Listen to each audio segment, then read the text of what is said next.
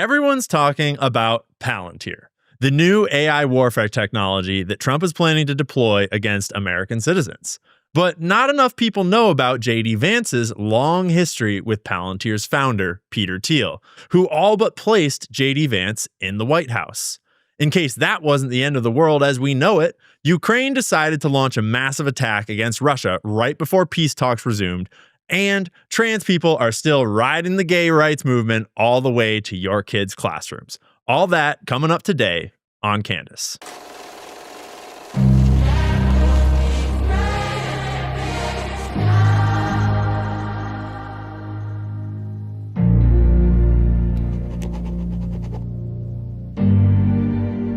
Welcome back, guys. Last week, Candace put me on to J.D. Vance's name changing, and I have not been able to stop thinking about it ever since.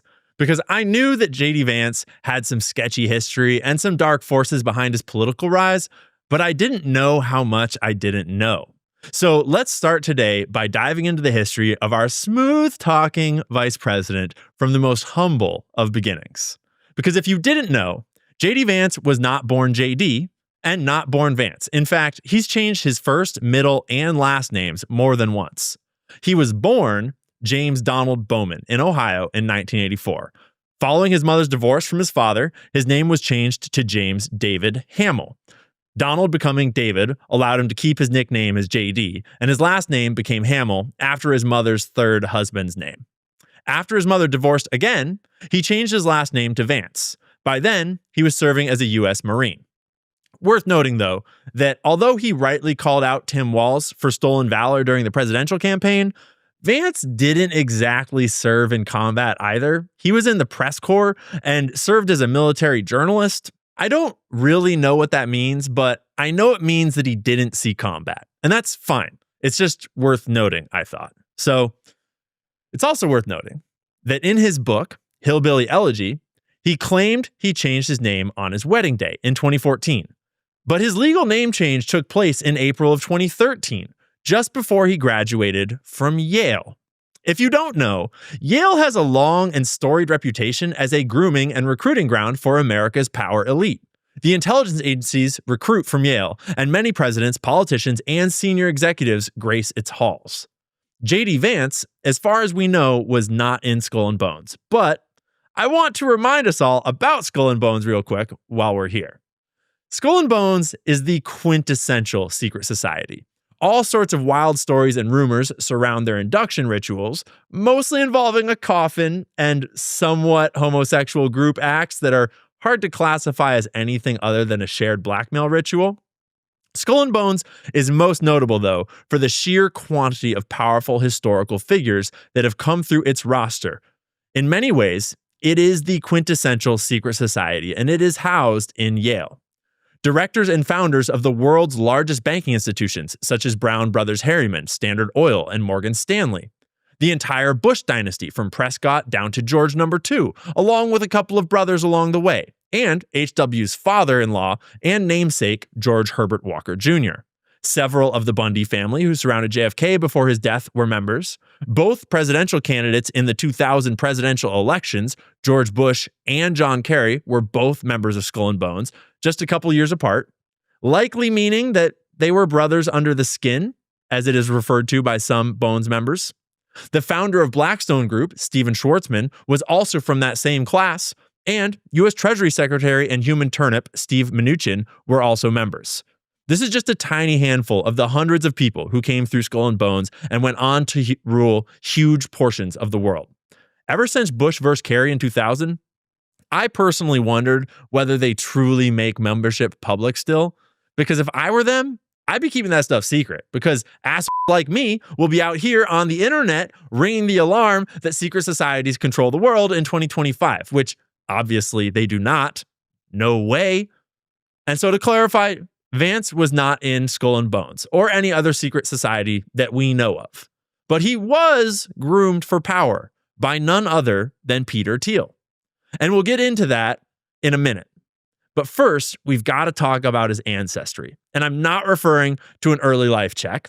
I'm referring to the claims that JD himself has loudly made about his Scotch-Irish heritage. Because you see, Ireland was very excited to claim the vice president of the United States as their own, and they launched a genealogical investigation to try to draw a conclusive link between Vance and his claimed Irish heritage. And they were surprised to find that they could not. Not only could they not prove his heritage, they said that they found, quote, no evidence linking the US vice president to Ireland. So that's a little awkward, seeing as how in his own book, JD said, quote, to understand me, you must understand that I am a Scots-Irish hillbilly at heart. Listen, it's okay to be a hillbilly, JD, but now you've made it weird.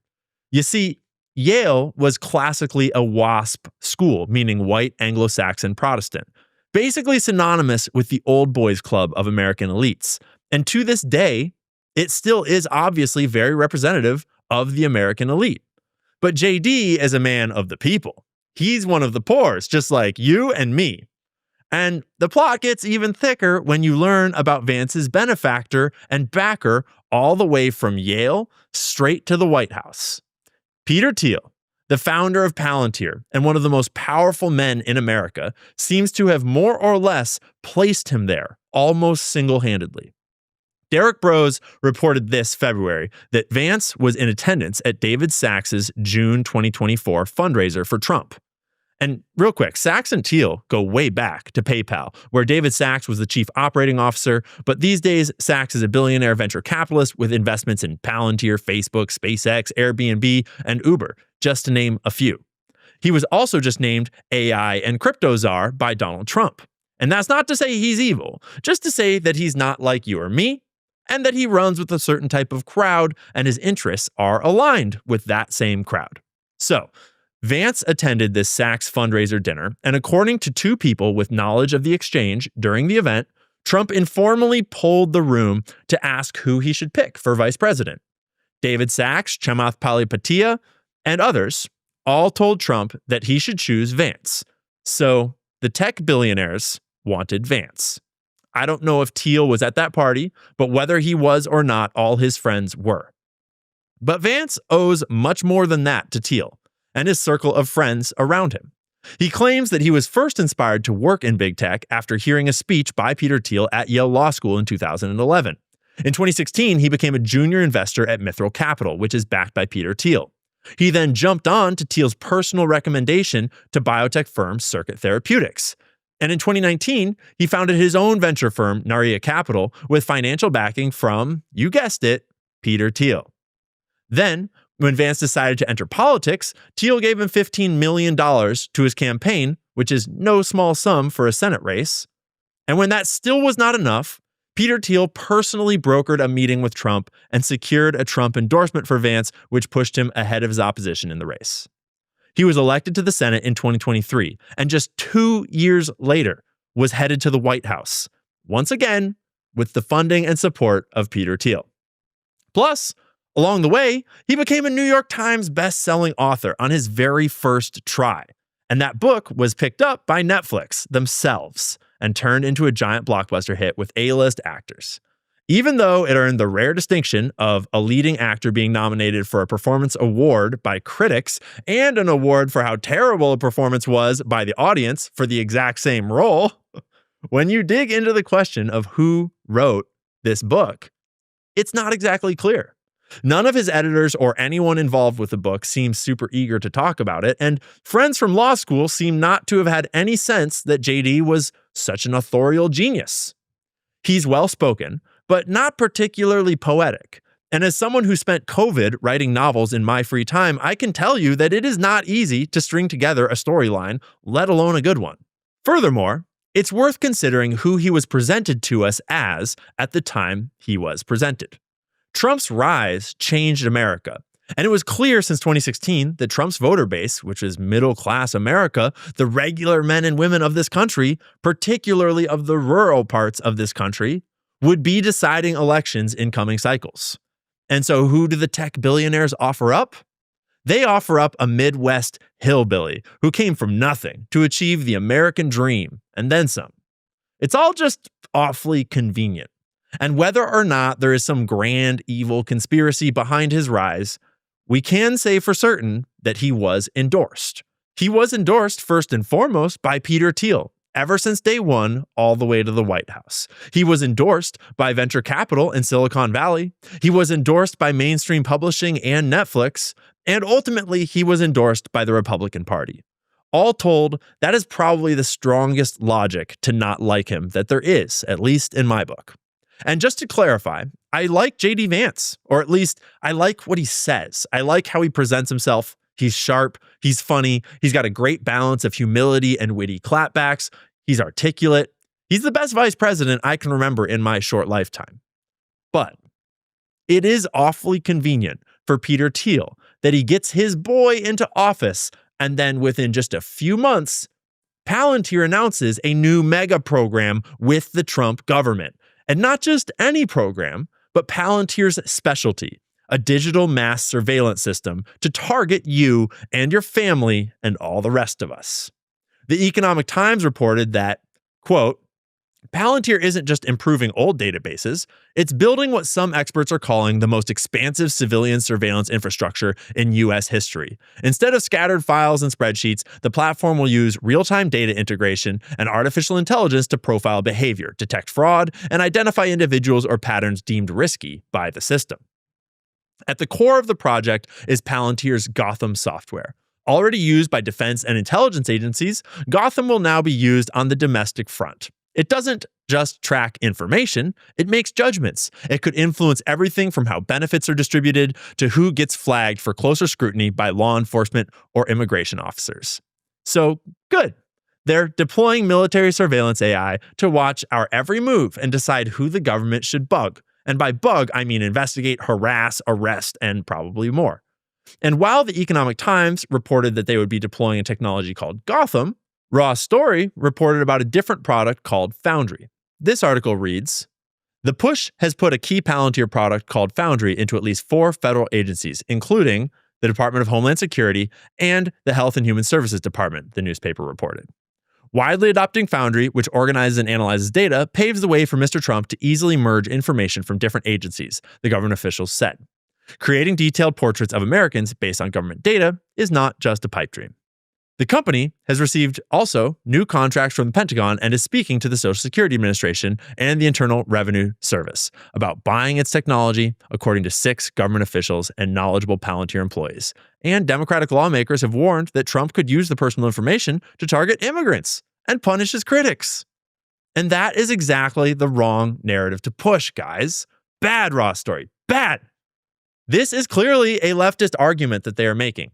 They could use this to target immigrants. No, they could and will use this to target anyone and everyone. This won't just get used on critics of the Trump administration. This will get used on critics of every future American government until the end of America, because that's how government works. Once you give them a power, they never give it back. And we are entering into territory from which there is no return. And inflaming leftist talking points are both unnecessary and not the move. This is not a partisan issue. In fact, this is a deeply anti-American issue. And I'm sure I don't need to explain to a conservative why having AI watching you at all times and doling out social credit scores is a bad thing. Because when you look into these 2 Palantir projects, Foundry and Gotham, Foundry is for corporations to surveil data and trends, while Gotham is for law enforcement and military intelligence to surveil the battlefield. When you combine the thirst for power and information of corporations with intelligence agencies in combat zones, what kind of surveillance system do you think you're gonna get? Listen, I am sure that Peter is a perfectly nice guy, despite his opinion that our tax dollars being used to bomb children in Gaza is really none of our business and we should defer to Israel.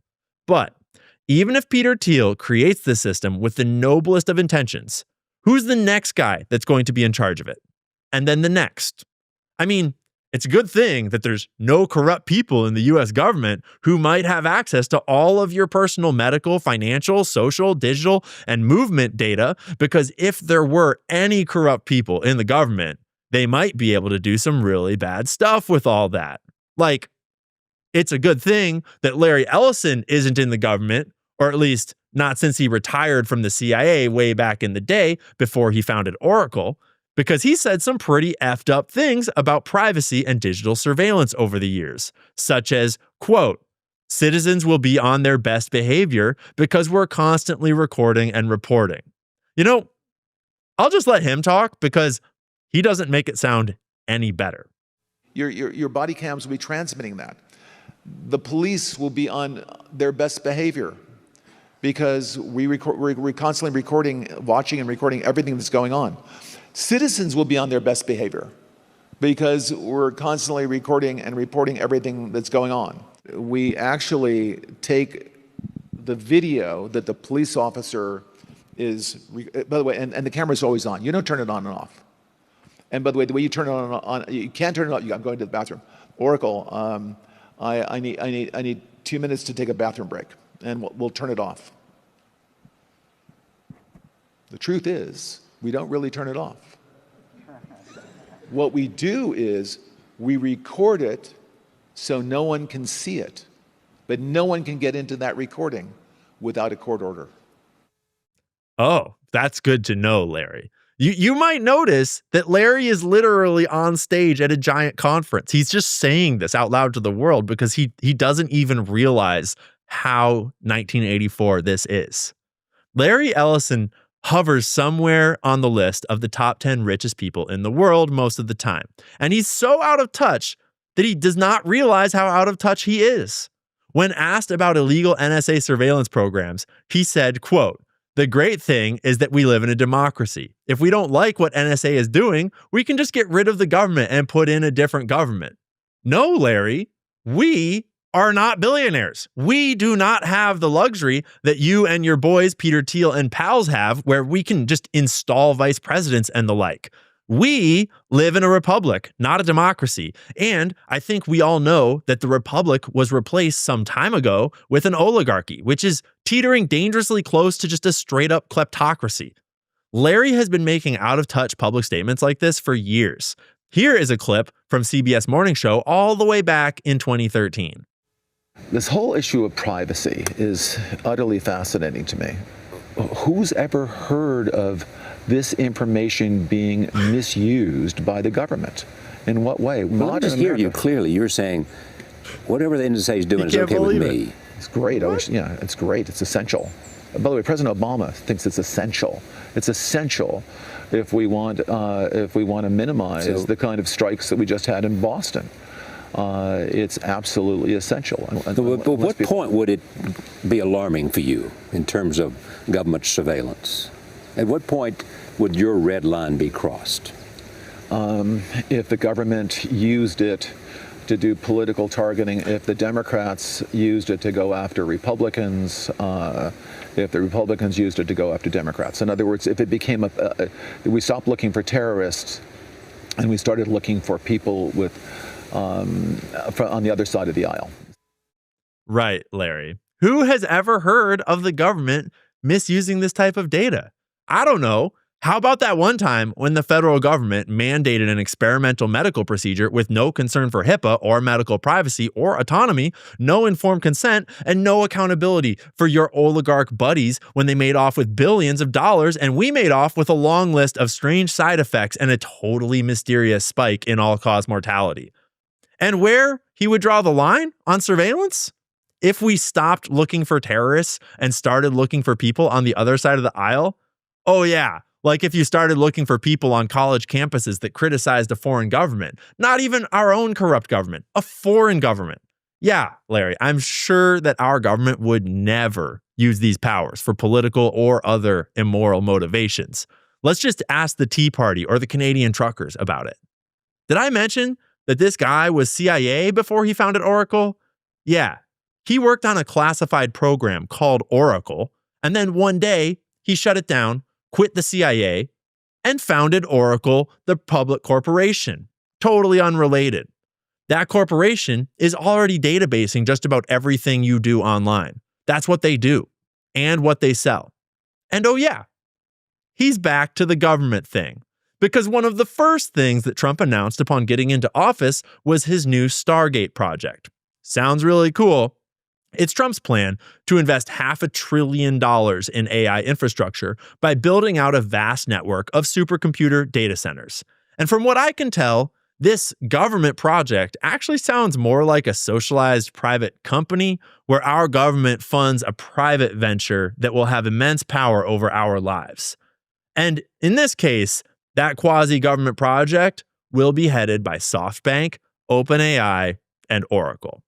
Let's not get into the accusations against Sam Altman by his sister right now, or the cover-up and erasure of those accusations by his own AI platform, because that's a whole can of worms.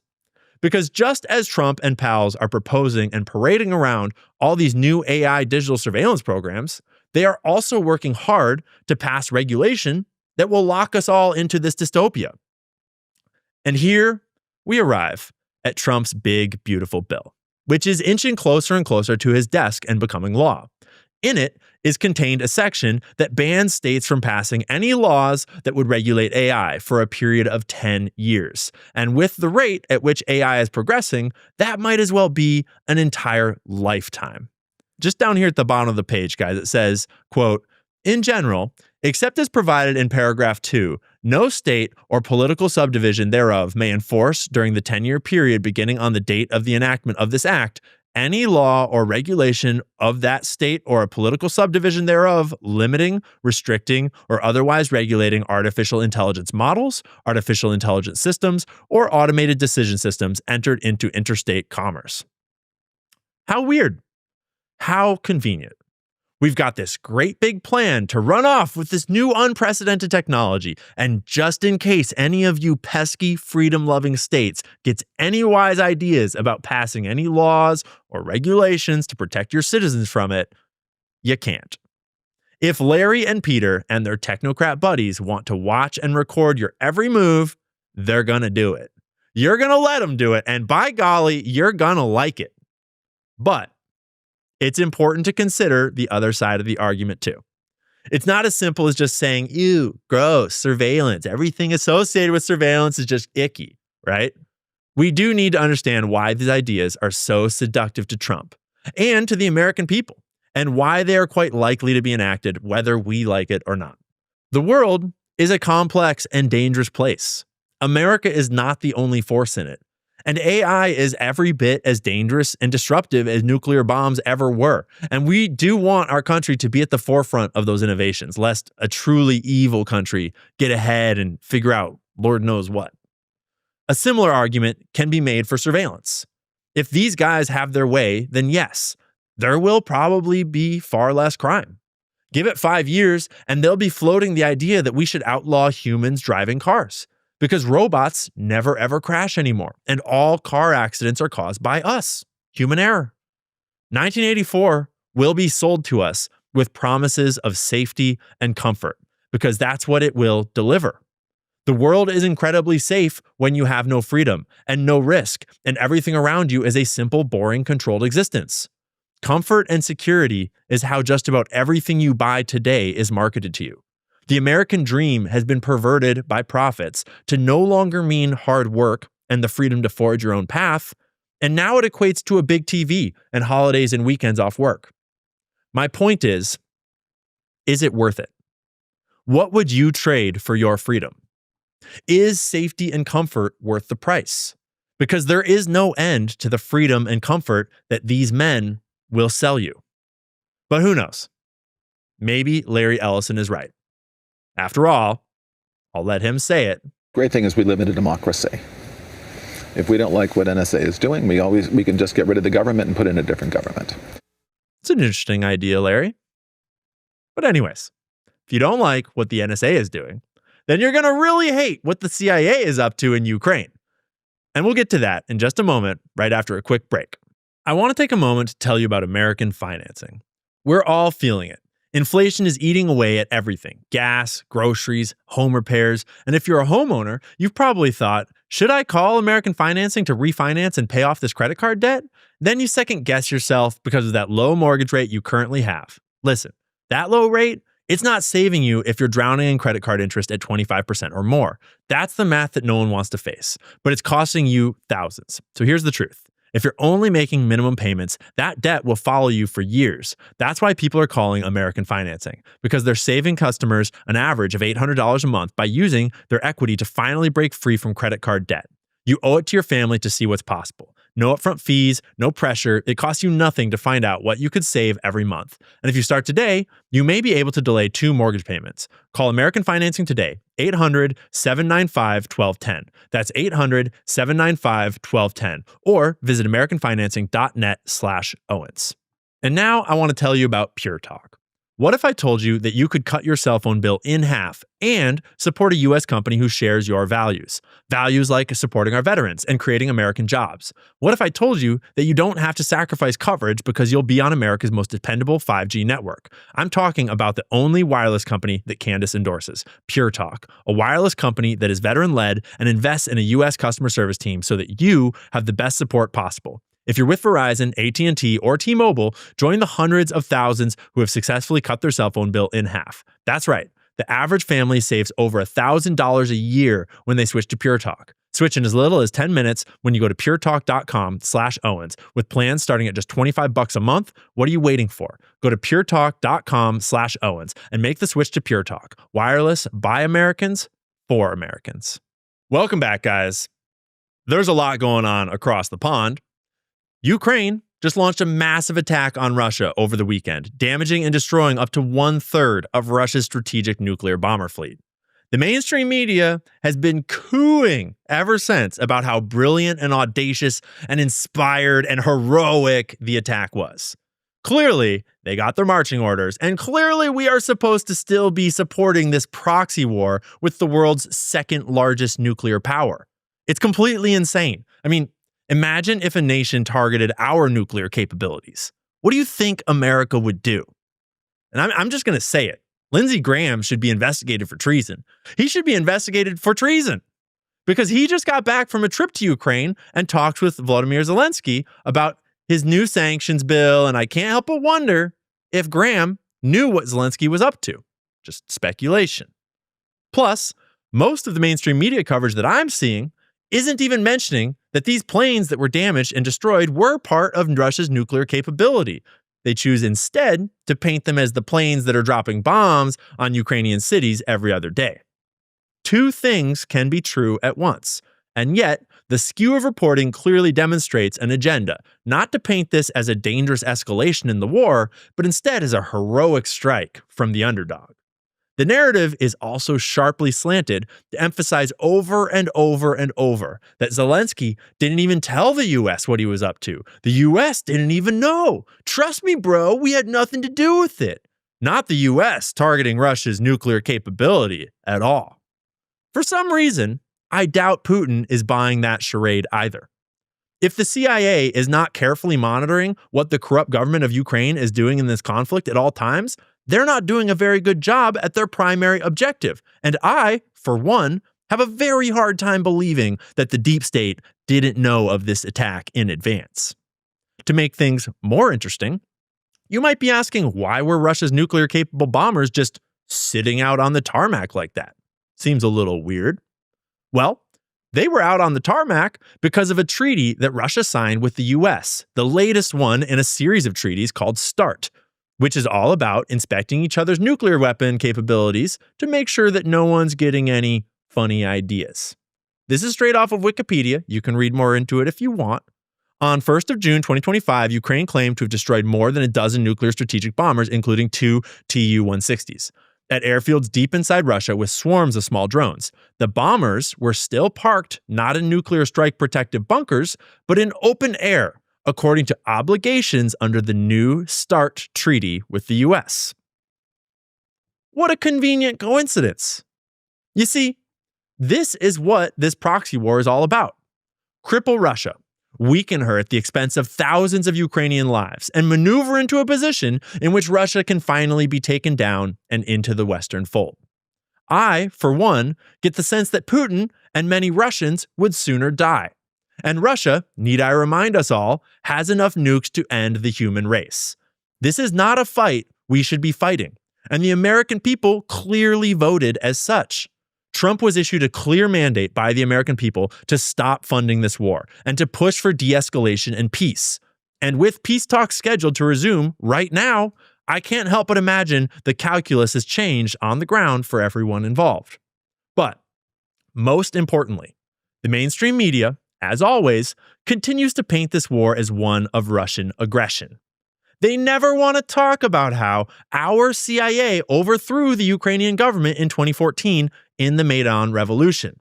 They never want to talk about Russia's perspective, which is totally understandable, that they don't want NATO and Western nuclear weapons and military forces stationed right on their border, a particularly vulnerable section of their border, no less. If we were Russia, we would not be putting up with this for even 1 second. And America and NATO have always known this. The original agreement was that NATO would not expand 1 inch to the east. And now, it's being suggested, even expected by our neocons, that NATO should invite Ukraine to join, placing our military and nuclear capabilities right at Russia's doorstep. It's also important in every war these days to remind us all that this foreign aid that we are sending to Ukraine, it's not going to Ukraine, at least not ultimately. What is actually happening is it is being sent to Ukraine, where first a huge portion is being skimmed off and laundered into the wallets of corrupt oligarchs over there, and then, as they are contractually obligated to do, they are turning around and spending that money on arms manufactured by the Western deep state. This money is going to the military-industrial complex that gets fat off supplying the world with endless wars, and they rely on these wars for their limitless wealth to keep expanding on and on ad infinitum. This has been the world order for 100 years. It has claimed millions, perhaps even billions of lives since World War I. And now, the bloodlust of the Western Empire has brought us once more to the brink of nuclear conflict. This is not a brave victory. It is a maniacal insanity verging on global suicide pact, and it needs to end. All I can say is that I pray that Trump can tighten his leash and get Ukraine under control in time to salvage some sort of peace, and that Putin will show some amount of restraint, even in the face of this kind of aggression. Something tells me that things are about to get much worse, though, before they get better. Because if you look at all the other stories we've been reporting on about the escalation around the world, and particularly here at home of the surveillance state that now verges on technocratic dystopia, there would be nothing more convenient to the deep state than global war. If you want to undermine Trump's second term, hollow out the populist uprising that put him in power twice, instate a digital surveillance program that will lock your citizens down for good, reset the global currency, and ensure another 100 years of world domination, well, a world war would be the clear answer to all of those problems. Listen, someone did 9/11, and even if we can't agree on who exactly that was, I think that any rational person at this point can admit that certain people in our intelligence agencies seem to have known about it in advance. It's just a shame that that information never made it to the right places in time to prevent it. These people, the people that profit off of endless war around the world, they were a part of that tragedy. Those are the lengths they will go to maintain power and enrich themselves. And I worry that we have something much worse in store for us any day now. And if something does happen, every American's first question should be, is this a false flag? Are we being led across a line from which there is no turning back? And where does this course lead?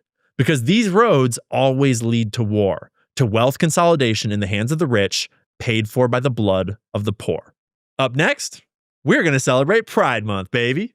But first, I want to talk to you about Tax Network USA. Tax day may have passed, but for millions of Americans, the real trouble is just beginning. If you missed the April 15th deadline or still owe back taxes, the IRS is ramping up enforcement. Every day you wait only makes things worse, with over 5,000 new tax liens filed daily, and tools like property seizures, bank levies, and wage garnishments, the IRS is applying pressure at levels we haven't seen in years. Increased administrative scrutiny means collections are moving fast. The good news? There's still time for Tax Network USA to help. Self-employed or a business owner? Even if your books are a mess, they've got it covered. Tax Network USA specializes in cleaning up financial chaos and getting you back on track fast.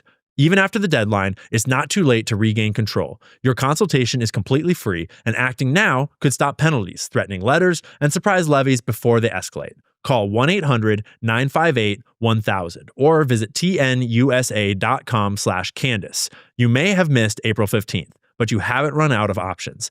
Let Tax Network USA help before the IRS makes the next move. Call 1-800-958-1000 or visit tnusa.com/Candace. All right, guys, for our last story of the day, in lighter news, it's Pride Month, everybody. The month where we all get together in the streets in fetish and drag outfits and celebrate sex, specifically gay sex. And I find that often, to get a little perspective on things, it's helpful to reverse the roles and ask yourself if there's anything strange about what you're being told. So here's a video to give us all a little laugh and a bit of perspective on Pride Month. I'm hetero. As a heterosexual, this is the month that everyone should recognize and celebrate my sexuality, which has always been a fantasy of mine. It's kind of hot. What do I take the most pride in? My values, my accomplishments, my morals, how I treat people. No, I take the most pride in where I stick my penis. Women.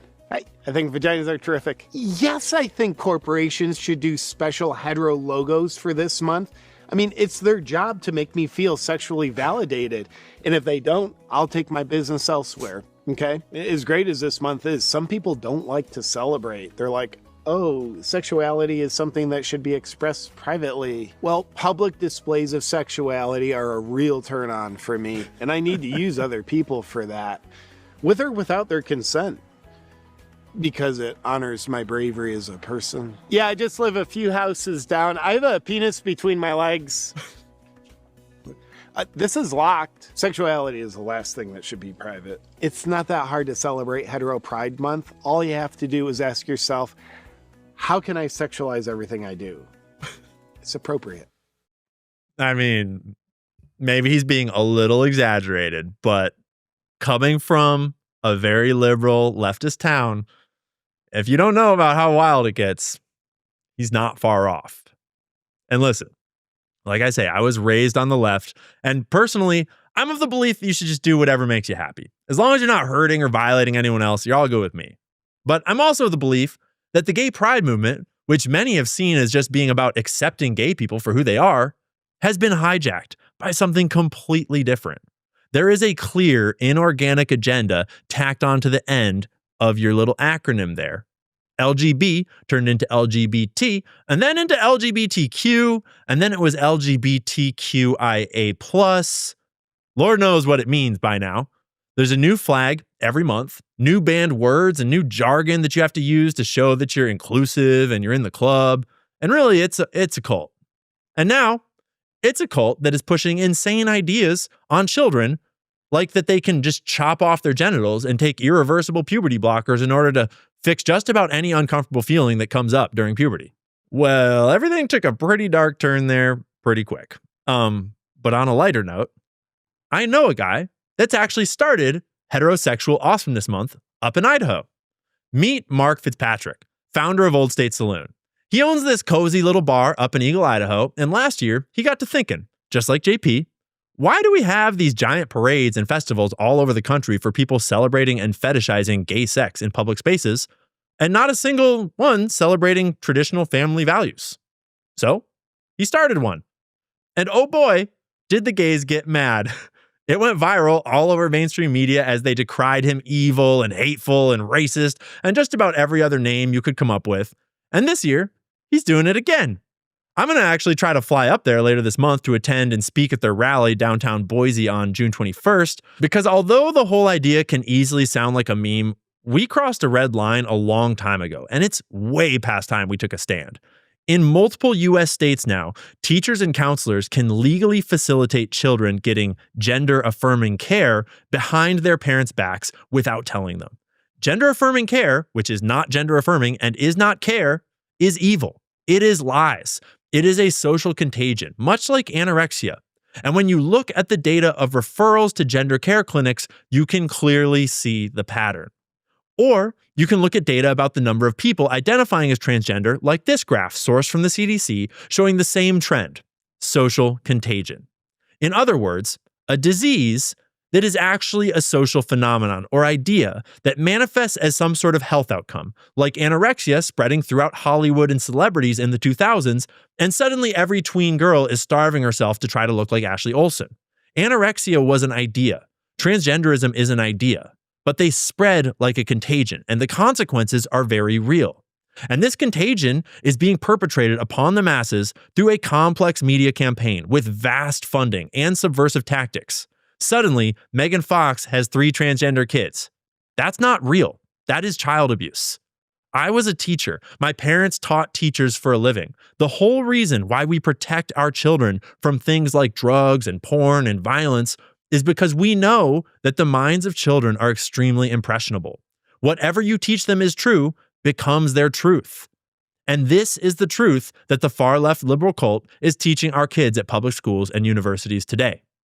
If you don't go along with it, you're a transphobe or a homophobe or some sort of other phobe. No, just stay the hell away from our children. If you're gay, that's all good. Gay people won their battle. They got the right to marry. No one cares at all if you're gay anymore. Just do you. But the moment that gay people got the W, extremists in their camp started pushing for more and more and more, and it's undermining the equality that gay people got in the first place. Love whoever you want to love. But if you want to chop your dick off and pretend to be the opposite sex, don't expect me to pretend with you. As long as you're of age to make such a drastic and, in my view, short-sighted life choice, whatever. I'm not going to stop you. I'm busy. But bro, let's be real. Let's, shall we say, follow the science. You either have XX or XY chromosomes. This dictates your hormonal reality, and it dictates your gender. It dictates everything about your brain, your body, your personality. Taking hormones in childhood is extremely dangerous, even if they're the right ones for your gender. Hence, why we don't encourage young boys to get all juiced up and try to look like Chris Bumstead halfway through puberty. And now, somehow, the left is just telling us it's no big deal to prescribe powerful hormonal cocktails to help turn you into the opposite gender? But you're a racist if you even suggest that maybe the rise in gender dysphoria among young people might just possibly have something to do with all the hormone-disrupting chemicals in our food and water and cosmetics. Don't you dare say something that could endanger our corporate profits, you bigot. So, you're racist if you suggest that hormonal imbalances might be causing the problem. But the solution to the problem is to take hormones. Or you could just chop your dick off. So anyways, I'll be flying up to Idaho later this month to celebrate with the homies. And I would invite all of you, also all you gay and lesbian people too, to come and party. Because ultimately, we all have a mom and a dad, even if he's still out at the store getting milk. Because at least for now, babies all come from wombs. And while we're still human, before Peter Thiel puts us all in little tanks of goop plugged into the Matrix, that's worth celebrating. That's our show for today. Thanks so much for tuning in. Don't forget to like the video on your way out. Drop a comment about something that you loved. Be sure to subscribe to Candace's channel, and I really appreciate it if you follow the link in the description to go over to my channel, Ian Carroll Show, and subscribe over there. For now, take good care of yourself, drink some water, tell someone you love them tonight, and we'll see you tomorrow.